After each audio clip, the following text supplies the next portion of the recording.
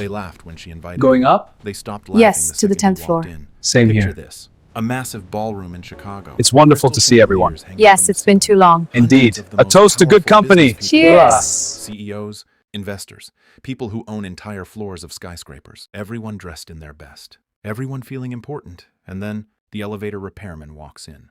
Not as staff, not to fix something.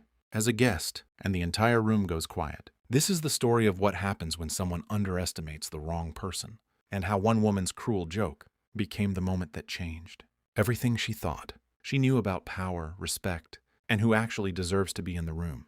Her name was Diana Cho, 42 years old, self-made, CEO of a logistics company that pulled in over $200 million a year. She had worked hard to get where she was. Nobody was going to take that from her. But somewhere along the way, the grinding and the climbing had made her sharp in a way that wasn't always kind. She had a habit, a bad one. When she felt threatened or uncomfortable, she used humor, but not the good kind. The kind that cuts. The kind that makes other people small so she could feel big. And 3 weeks before the gala, she had been stuck. Not in traffic, not in a meeting, in an elevator. Her building's elevator had stalled between the 14th and 15th floor for almost 40 minutes. And the man who showed up to get her out was Marcus Webb, 38 years old, elevator technician. Calm, quiet, and very, very good at his job. He got the doors open in under 12 minutes. Diana barely said thank you. She was already on her phone, already thinking about her next meeting. But before she rushed off, she looked at Marcus, his work uniform, his tool bag, his calm face, and she said something she probably thought was harmless. She said, "You should come to my gala next month. It'll give you something to tell your grandkids." The people around her laughed. Marcus just smiled politely and nodded. Diana walked away thinking nothing of it. She forgot about it almost immediately. Marcus didn't. Now here's the thing about Marcus Webb that Diana didn't know, that nobody in that elevator knew because nobody asked. Marcus had spent 6 years in the United States Army as a logistics engineer. After that, he had gotten a degree in mechanical systems from the University of Illinois. He had started his own elevator maintenance company at 31, built it from 2 employees to 63, and had contracts with some of the biggest commercial buildings in Chicago. His company brought in just under $8 million a year. He wasn't struggling. He wasn't looking for a handout. He was a man who had built something real with his hands and his mind. And he happened to be wearing a uniform when Diana met him. And she had invited him to her gala as a joke. So Marcus did something nobody expected. He accepted. He bought a proper ticket. Yes. The gala had open tickets available for purchase. Put on a tailored dark gray suit, got a fresh haircut, and walked into that ballroom like he belonged there, because he did. The moment Diana saw him, her stomach dropped. She was standing near the entrance, greeting guests, when she spotted a face she recognized but could not immediately place. Tall man, gray suit, quiet confidence in the way he moved through a crowd. Then it clicked. The elevator guy. He actually came. Her first instinct was to laugh. She turned to her assistant and whispered, "Oh my God, the repairman actually showed up." A few people nearby chuckled.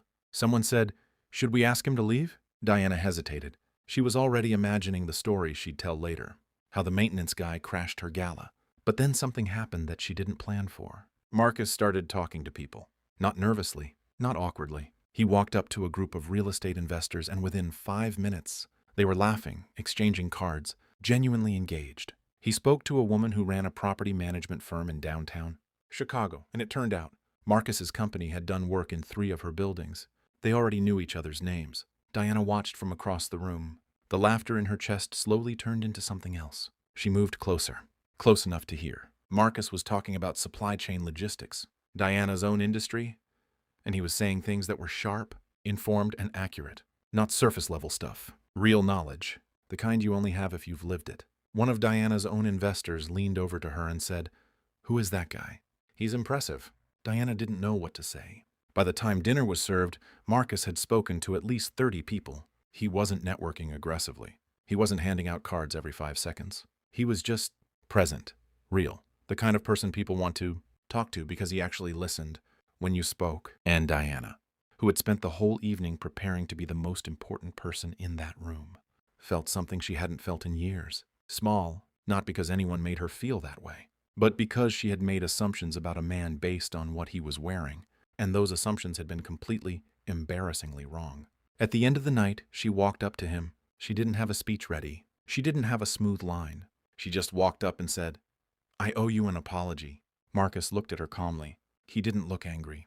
He didn't look like he was waiting for this moment to humiliate her. He just said, "I know." She said, "I invited you as a joke. I didn't think you'd come." "I didn't think," he said, "you didn't think I was worth thinking about." She didn't argue, because he was right. What happened next was not a movie moment where they became best friends or signed a business deal on the spot. Real life doesn't work like that. What happened was quieter and more important than that. Diana apologized. A real one. The kind where you don't make excuses or explain why you did it. And Marcus accepted it, gracefully, without making her suffer for it. They talked for about 20 minutes, about their companies, about Chicago, about the logistics industry, and by the end, they had agreed to have coffee the following week to talk about a potential partnership. That coffee meeting turned into 4 meetings. Those 4 meetings turned into a contract. Marcus's company became a vendor for 2 of Diana's warehouse buildings. It was not a massive deal, but it was a real one, built on mutual respect that almost never happened because of one careless moment in a stalled elevator. Here's what this story is really about, and pay close attention because this part matters. We make decisions about people every single day based on surface things: what they're wearing, what job title they have, what neighborhood they live in, what kind of car they drive. And we do it fast, sometimes in less than 3 seconds, because our brains are wired to sort people quickly. But that sorting is almost always wrong.